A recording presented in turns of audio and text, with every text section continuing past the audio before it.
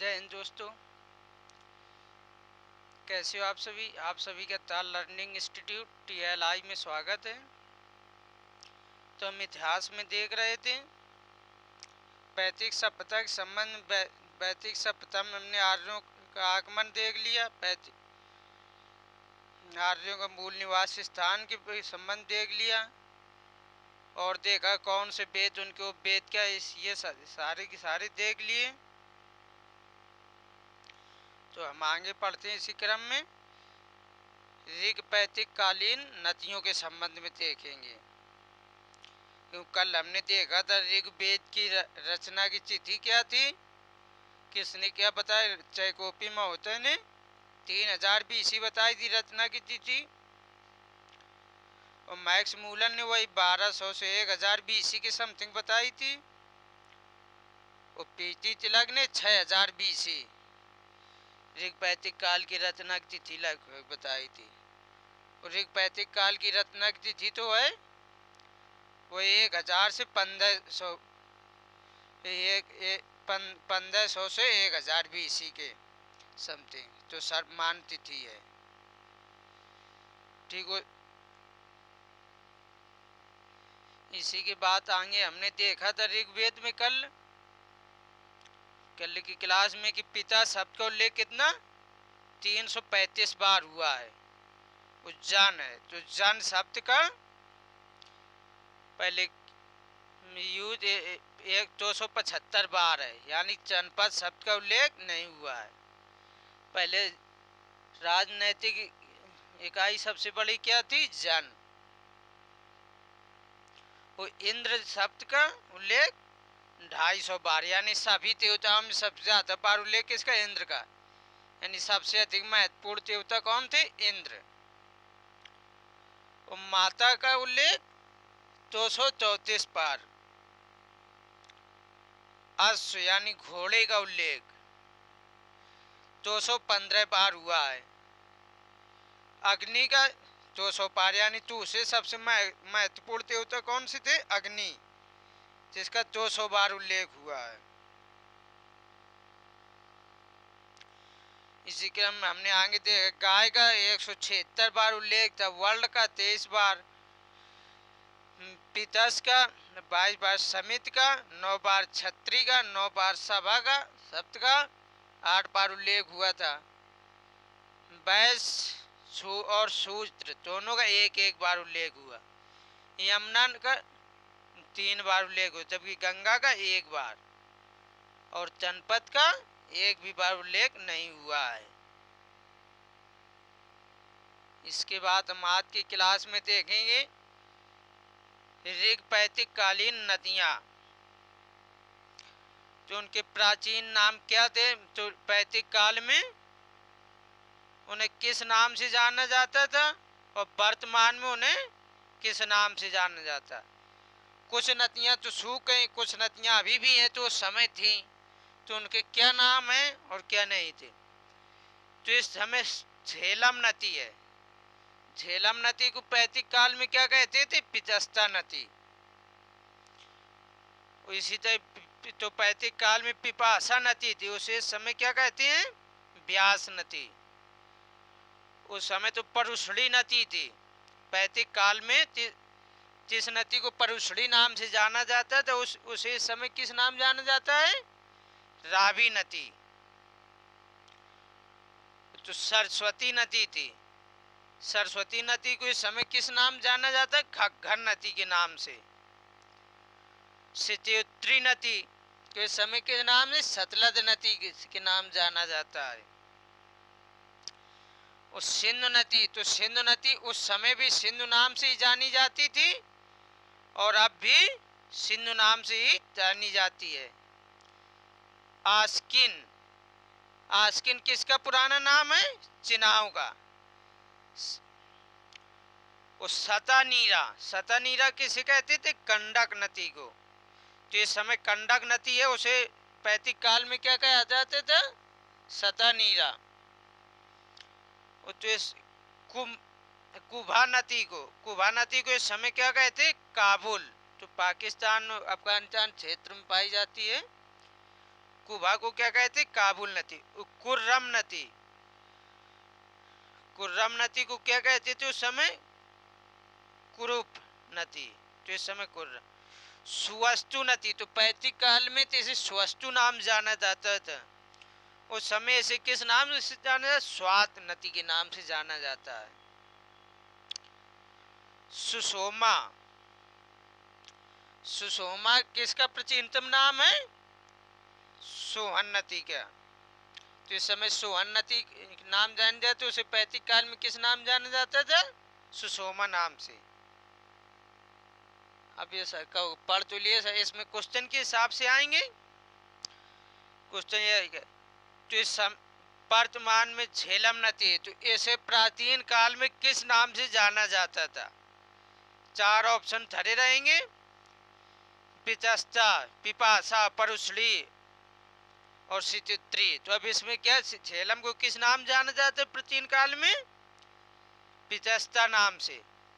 या इसी क्वेश्चन को घुमा देंगे, झेलम नदी को वैदिक काल में किस नाम से जाना जाता था, जब भी हमारा आंसर क्या होगा, पिचस्ता नदी।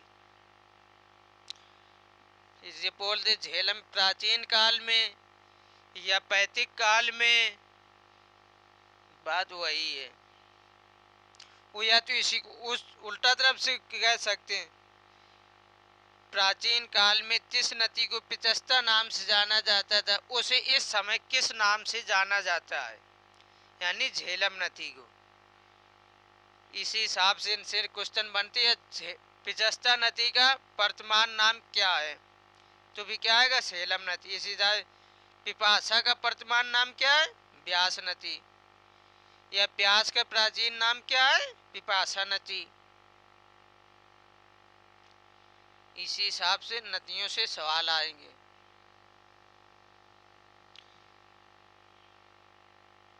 चलो आगे देखते हैं। उम्मीद करता हूँ नदियाँ पूरी याद कर ली होंगी। इसे नोट्स बनाते जाएं और उसमें लिखते जाएं, जिससे आगे पूरा कंफर्म होता जाए, रिवीजन करने में सही रहे। नोट्स बनाना पाओ, अपनी कॉपी पेन लेके बैठा करें और जैसे हम यहाँ लिखाएं जैसे आप लिखते जाया करें।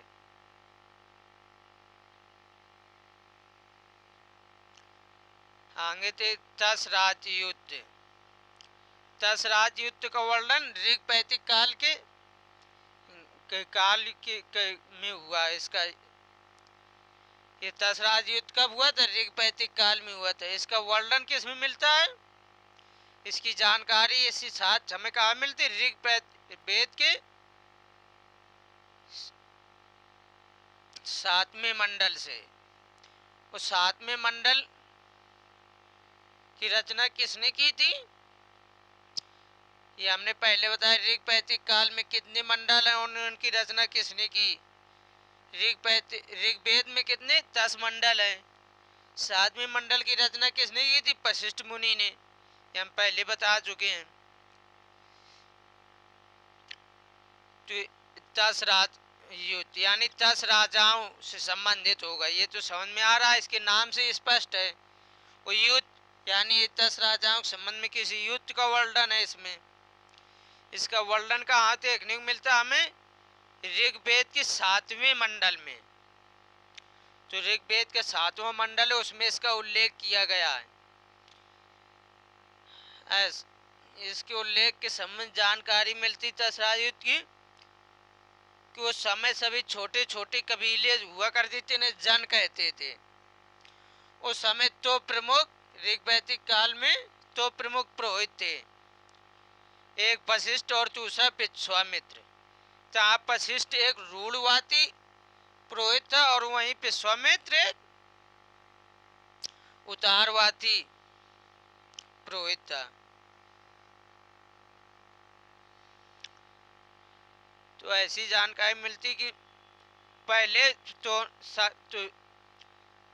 भरत कुल के पुरोहित कौन थे, विश्वामित्र। तब भरत कुल के शासक सुतास हुए, तो सुतास ने विश्वामित्र को पुरोहित पद से हटा दिया और वशिष्ठी को अपना पुरोहित बना लिया। तब राजा सुतास ने विश्वामित्र को पुरोहित पद से हटाया और पुरोहित किसे, वशिष्ठ मुनि को बना लिया। तो विश्वामित्र मुनि को यह बात गलत लगी, तो उसने इस बात को अपना अभिमान समझा। यानी पुरोहित को कौन होता है, राजगुरु, यानी राजगुरु पद से हटा दिया हमें और अगले आदमी को बैठा लिया। यानी विश्वामित्र को हटाया, वशिष्ठ मुनि को राजगुरु बना लिया। तो ये विश्वामित्र को ये बात गलत लगी। तो विश्वामित्र ने इसका बदला लेने के उद्देश्य से अन्य तो छोटे छोटे कबीले थे उन्हें एकत्रित किया। ऐसे छोटे छोटे कितने 10 कबीलों को एकत्रित किया और सुतास के विरुद्ध युद्ध की घोषणा कर दी। तो इसमें होता क्या, एक तरफ क्या होते 10 राजाओं का समूह बनता है एक, जिसके पुरोहित कौन बनते हैं, विश्वामित्र मुनि, और दूसरे और सुतास से युद्ध करता है जिसके पुरोहित वशिष्ठ मुनि था। इस युद्ध में भरत कुल के शासक सुतास और 10 राजाओं के साथ युद्ध हुआ। इसमें सुतास विजयी रहा और ये 10 राजाओं का समूह हार गया। ये 10 राजाओं के समूह थे, इनमें कौन कौन थे, 5 राजा आर्य थे, तो आर्य, और 5 इसमें से अनार्य थे, यानी तो आर्य नहीं थे, तो पहले के यहाँ के मूल निवासी थे। आर्य कहाँ से आए थे, ये हमने सब बताया। कौन सी इतिहासकार कहाँ गए थे, उस सर्पमान क्या है, मध्य एशिया से आए थे। तुमने ये देखा यहाँ पर। संभवतः इसी भरत कुल के नाम पर ही देश का नाम भारत पड़ा। यानी तब सुतास ने उन पर विजय प्राप्त कर ली, तो लगभग उत्तर भारत में सारे के सारे मिराज किसका हो गए, सुतास का। अब वो सारे सारे कबीले सुतास के अधीन हो गए। तो उसी के भरत जानकारी मिलती है कि भारत नाम हमारे देश का कैसे पड़ा, ये भरत कुल के नाम पर, क्योंकि प्रतापी वंश हुआ है। यही देख सकते कि इस युद्ध में कहाँ एक साइड 10 राजा, कहाँ एक साइड अकेले युद्ध किया और 10 राजाओं को अकेले पराजित कर दिया। तो उम्मीद करता तो आपको 10 राज्य युद्ध के बारे में संबंध में आ गया होगा। इसका वर्णन किसमें, ऋग्वेद में है। ऋग्वेद में कहाँ पर है, 10वें मंडल में नहीं सॉरी 7वें मंडल में देखने को मिलता। और इसकी रचना किसने की, वशिष्ठ मुनि ने। और ये तो दूसरे पुरोहित है विश्वामित्र, इसने कौन से मंडल की रचना की, 3रे मंडल की, जिसमें किसका वर्णन है, गायत्री मंत्र का उल्लेख है।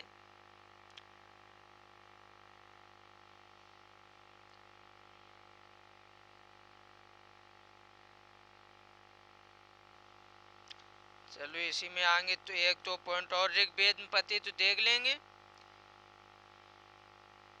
तो ऋग्वेद के पाठ करने वाले को होत्र या होता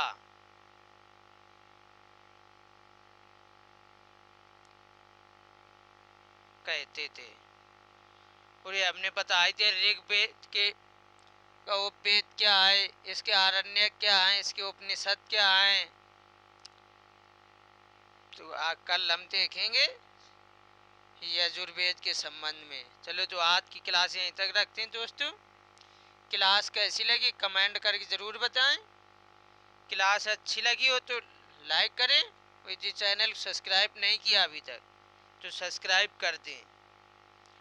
जय हिंद, जय भारत।